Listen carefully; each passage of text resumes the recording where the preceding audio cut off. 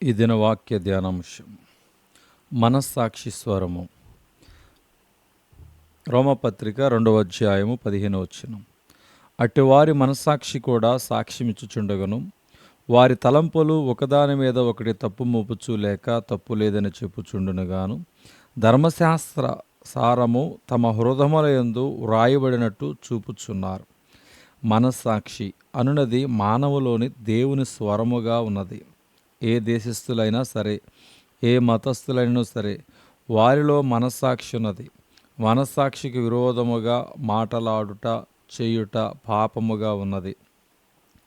క్రైస్తవేతరులకు తీర్పు దినమున ప్రభువు వారి మనస్సాక్షిని బట్టి తీర్పు తీర్చును. దేవుని బిడ్డలు పాపము చేసినప్పుడు నీవు పాపము చేసి నీవు హాని చేసుకునవద్దని మనస్సాక్షి హెచ్చరించుచున్నది.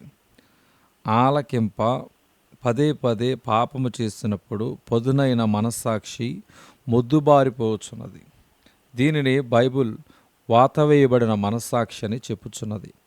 అయితే దేవుని స్వరము కొరకు ఆశతో ఎదురుచూచు వారి మనస్సాక్షి సజీవమై ఉన్నది. కోడి కూయక మునుపు ముమ్మారు నీవు నన్ను ఎరుగనని చెప్పుదువు. ఇది పేతురుతో ప్రభు చెప్పిన మాట. యేసుక్రీస్తు అప్పగింపబడిన రాత్రి ఆయనను పట్టుకుని వెళుచుండగా పేతురు దూరముగా వెనక వచ్చుచుండెను. లోక 22:54. ముమ్మారు యేసును ఎరగనని చెప్పుచుండగా ప్రభు తిరిగి పేతురు వైపు చూచెను. అప్పుడతడు ప్రభు మాటలను జ్ఞాపకము చేసుకుని వెలుపలకపోయి సంతాపడి ఏడ్చెను. లోకాసు వార్త 22:62. అదే సమయమున నేను నిరపరాధ రక్తమును అప్పగించి పాపము చేసి తిని అనిన యోధా ఇస్కరియోతు ఉరివేసుకుని మరణించెను. పాపముల విషయమై పశ్చాత్తాపడి ప్రభువు సన్నిధిని ఒప్పుకొనినప్పుడు రక్షణ పొందుచున్నాము గాని మనస్సాక్షిని చంపినప్పుడు హృదయము కఠినమగుచున్నది.